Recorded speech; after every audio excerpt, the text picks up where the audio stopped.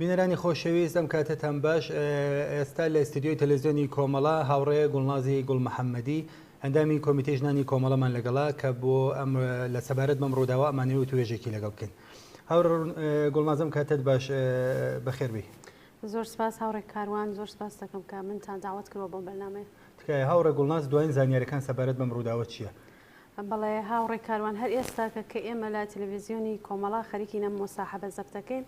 شاری سنە، شاری هەمیشە سوور و قارەمانی شاری سنە خڕۆشاوە. خەڵکێکی زۆر لە خیابانەکاندانەوە ئاعترازی خۆیان نسبەت بەم کردەوەی قیزەونەی ڕژیمکە بەرامبەر بە مەحسا یاواتە ژینە ئەمینی ئەنجامداوە ڕژاو نسە سەر شقامەکان و بۆ پشتیوانی لە خەڵکی شاری سەقز و هەروەها بنەماڵەی ژینە ئەمینی. تا ئێستاکە کە ئێمە لە ئستدیۆین تعدادێکی زۆر کە ئامارەکان لە منبعێکی مۆسەقە و باز نەکراوە زەخمی بوون و تعدادێکی دەست بەسەر کراون، بەڵام ئامارێکی واقعی نییە کە نیشان با کە چەند کەسە خۆتانزان کە ئامارەکان بەپێی ئێترازاتەکە هەم زۆرە بێت و هەم لەوانەیە کوشتێکی بێت. تا ئێستا لە شاری سەقز ئەگەر باسی شاری سەقزکەم 38 نەفەر کە هەروایژم ئامارەکان مۆسەق نییە تا ئەم دقیقەیە لەوانەیە زۆرتریش بێش 38 نەفەر لە شاری سەقز زەخمی بوون، 13 نەفەر بازداش بوون و کەیانی درەخشان کە دەنگوگۆی ئەوە هەیە کە کوژرابێ، بەڵام منبعێکی مۆسەق باسی نەکردوە کە کوژراوە، بەڵام گومان لەوەیە کوژرابێ شایدی فشاری نیروهای ئەمنیەتی بۆ بنەماڵی بێ کە باسیەوە نەکەن کوژراوە، بەڵام ێژن حاڵی باش نییە وە لە بیمارستانە. تعدادێکی زۆر لەو زەخمیانە کە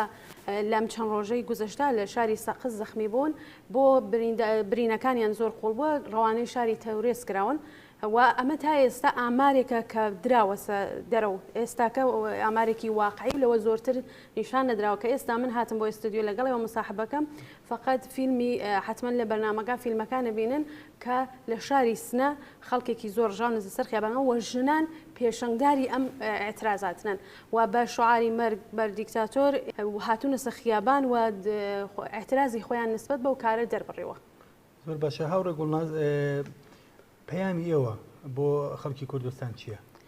لە ڕاستیدا لەم چەند ڕۆژەی ڕابردووە کە خۆشدان لە تەلەڤیزیۆنی کۆمەڵە کار دەکەن، ئێمە سایمان کردووە وەکو تەلەڤیزیۆنی کۆمەڵە و حیزبی کۆمونیستی ئێران ئەوەی کە لە ناو جامعە ڕوئەدات نسبەت بەم ڕووداوەی ژینە یان مەحسا ئەمینی ڕوویداوە باستابی بین بۆ ناو جامعە لە تەلەڤیزیۆن بڵاوێکێنەوە و ڕەفیقەکانمان هاتوون لەسەر مۆزوعاتە قسەیان کردووە حتا لەسەر ئەم مانگرتنەی کە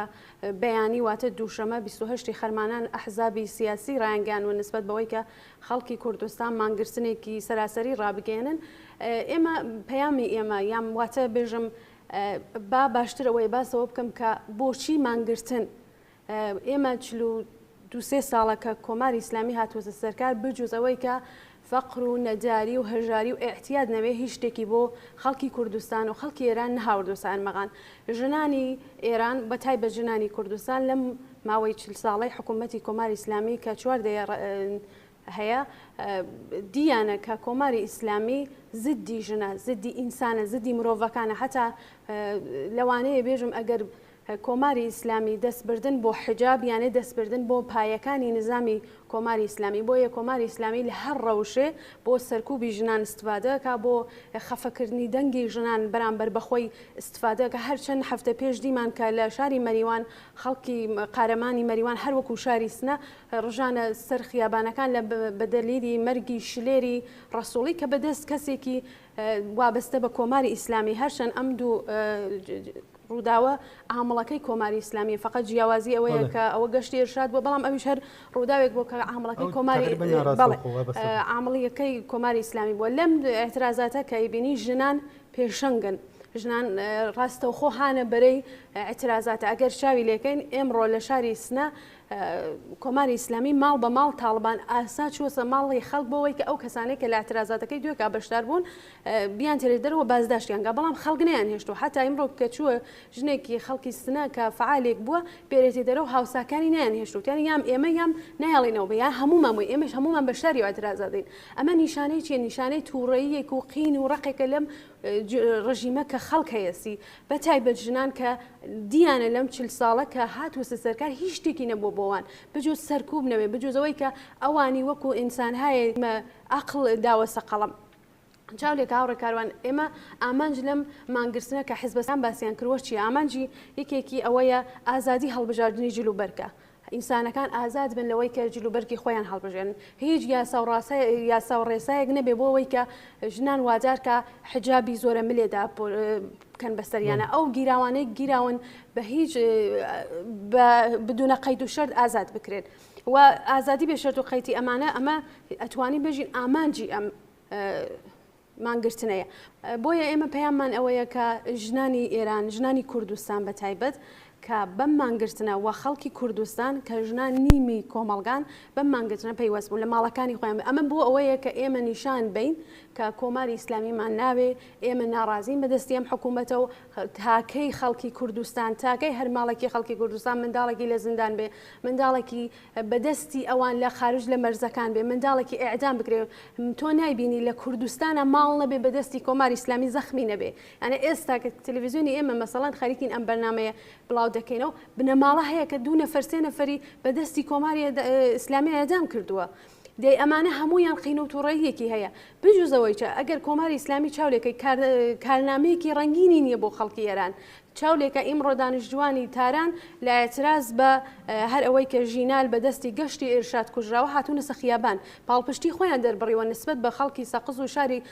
شارەکانی کوردستان ئەمە جێگەی خۆشحاڵیەتی ئێمە پەیاممان ئەوەیە کە تاو جێگەی ئەتوانن لە ماڵەکانی خۆیان نێنە دەرەوە هەر وەکو جۆرەی کە ئەحزاب سیاسیەکان مانگرتنی گشتیان ڕاگەیاندووە لە ماڵی خۆیان بن. هەوڕە گوڵناز زۆر سپاسەکەت لە کۆتاییە بابەتێک تایبەت هەیە کە لە قەڵم کەوتبێت توانی فەرمی. بەڵێ من لە قسەکانە لە بیرم چووکەوە باسکەم کۆماری ئیسلامی بۆەوەی کە ئەم ناڕەزایەتیە و ئەم مانگرتنەی خەڵک بە لاڕێیا ببات و هێرش کاتە سەر خەڵک لە نیروهای ئەنتزامی لە شاری کرماشانە و کەڵکی وەرگرتووە هەر ئێستاکە لە شاری سنە خەڵک بە گولەی ساچمەی بریندارەکە کە ئێستا لە ڤیددیۆکانە حتمما دەبینین و فیلم و ئەکسەکانی لە تەلەڤیزیۆنی کۆمەڵەوە بڵاو دەکەینەوە. زۆر سپاس بۆ زانیاریەکانت. زۆر سپاس. بینەرانی خۆشەوی سەرنجتان ڕاکێشین بۆ بینینی درێژەی بەرنامەکان.